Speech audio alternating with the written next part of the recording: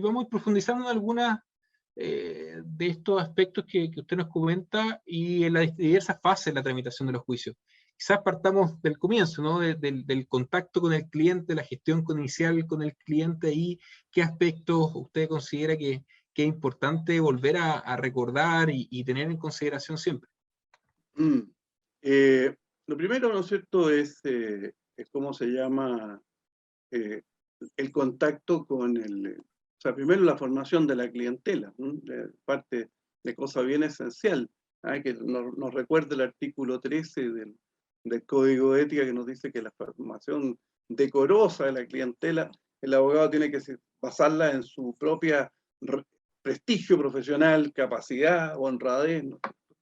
y que nos llama a evitar la solicitación, ¿no?, directa o indirecta, ¿no? Todo el tema de la propaganda, que hoy día se hace más que antes, ¿no? Hoy día los grandes estudios hacen propaganda, pero cómo se maneja esto con cierta dignidad, porque no es lo mismo los servicios profesionales del abogado que la venta de mercadería, ¿no es cierto?, en la calle Humada. Entonces, la forma como se hace es importante. Y entonces ahí ya el propio colegio de abogados y el código de ética nos dicen, ¿no es cierto?, algunas limitaciones en cuanto a la forma de promocionarse, pero lo básico, y por lo demás la experiencia de la vida así lo indica, es que la clientela se forma en la medida que uno va tomando prestigio en el ejercicio de la profesión, porque lo hace bien, porque lo hace correctamente, porque obtiene buenos resultados, haciéndolo correctamente. La información sobre los servicios profesionales, qué se le puede ofrecer al cliente y qué no se le puede ofrecer al cliente. Todo el tema de por ejemplo, no prometer resultados que no dependen de uno. Nadie puede decir, mire, yo voy a ganar este juicio, porque al final uno puede que tenga toda la razón, pero si no se la reconoce el tribunal, le va a ir pésimo. No se puede ofrecer el empleo de medios contrarios al derecho, dar a entender que uno tiene influencia sobre las autoridades que tienen que resolver los temas, sobre los tribunales, concretamente en la litigación. El tema del secreto profesional quedaría para un par de clases más, ¿no es cierto? Esto de hacer comparaciones con otro abogado, mire, yo sí que lo hago bien porque este otro abogado lo hace mal, o yo lo hago mejor que. Bueno, todas esas cosas que están contempladas en el código, el primer tema. Tema que no es tan simple a veces, porque claro, cuando uno parte en el ejercicio de la profesión, no tiene ese prestigio, entonces tiene que empezar a armárselo. Nosotros decíamos cuando yo estudiaba Derecho que uno partía con las 3 P, que eran los parientes, los pobres y los padres.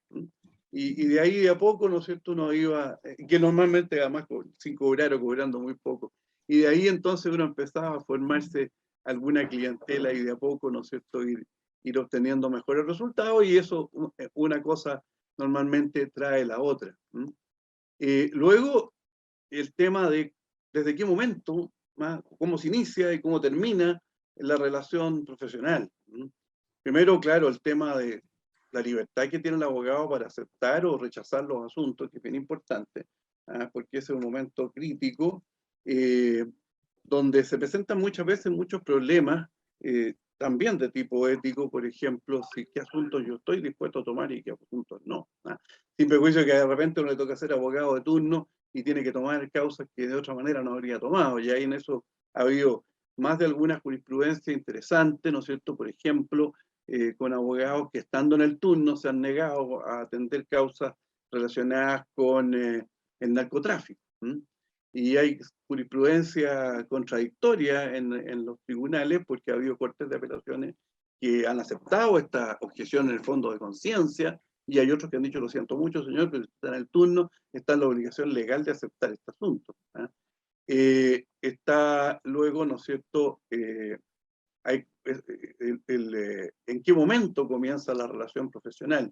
Y ahí el tema es que la recomendación es ser muy claro, ¿no?, con el cliente en cuanto a si usted está tomando el asunto o no lo está tomando, porque de eso nacen ya responsabilidades, de los casos en que el silencio se entiende que es aceptación, si ustedes recuerdan. Entonces, no se puede, o sea, hay que tener idealmente la mayor claridad para tener que el cliente tenga claro, tenga certeza de que efectivamente usted es su abogado y que se ha hecho cargo de su asunto, porque si no, bueno, pueden pasar muchas cosas, puede haber entrado a correr plazo, etcétera, etcétera, y eventualmente se puede quedar el cliente en la indefensión y usted asumiendo responsabilidades de un mandatario que no cumplió con su encargo.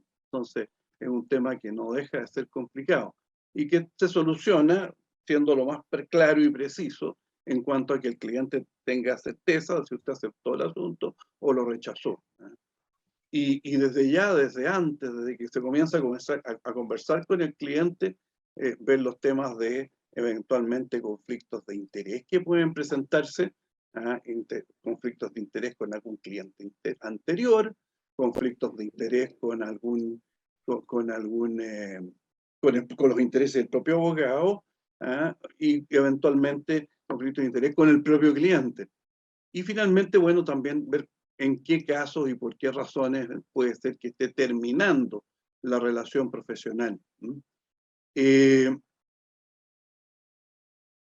Entonces, una vez determinado, ¿no es cierto?, que existe la relación profesional, ¿quién es el cliente? Porque a veces también se confunde, especialmente cuando, por ejemplo, uno es abogado de una empresa, y resulta que los ejecutivos de la empresa empiezan a encargarle también asuntos, ¿no?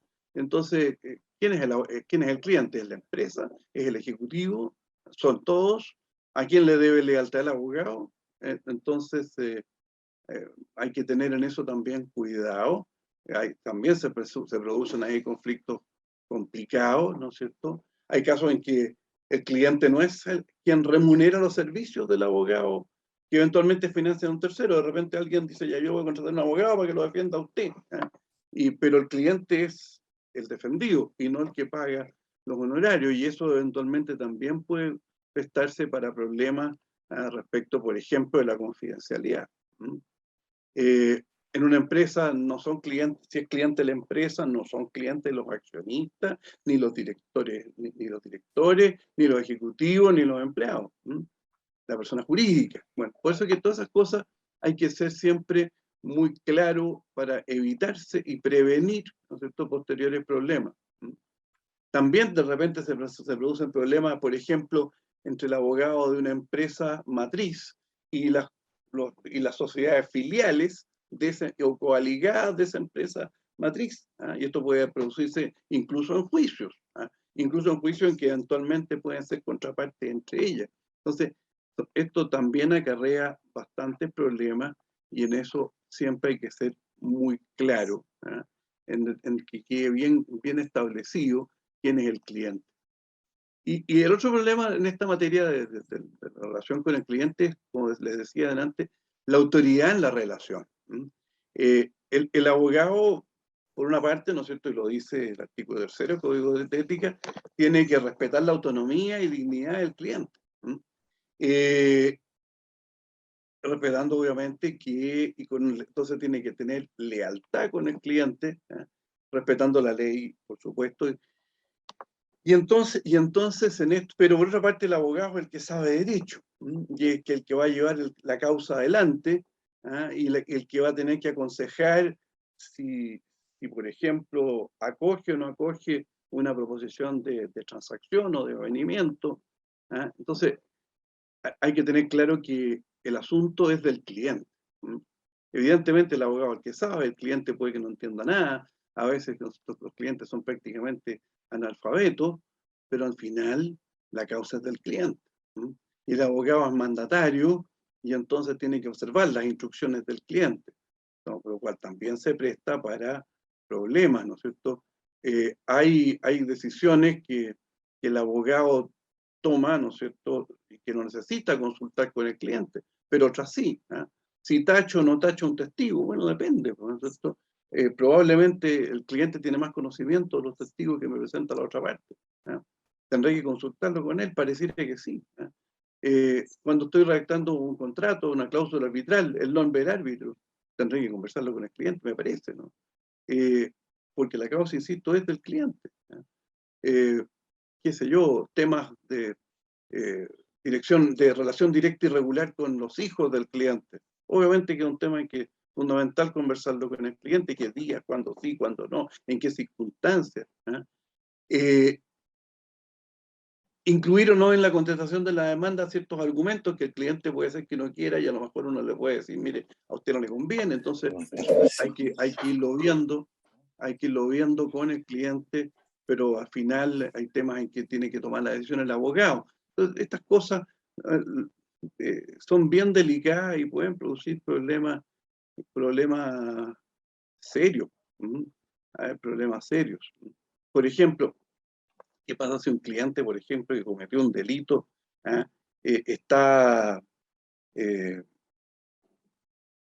sea, usted piensa que está demente, pero él le prohíbe terminantemente reclamar su estado de demencia porque él dice que está perfectamente cuerdo y que los delitos que cometió los hace porque está convencido que tenía que hacer?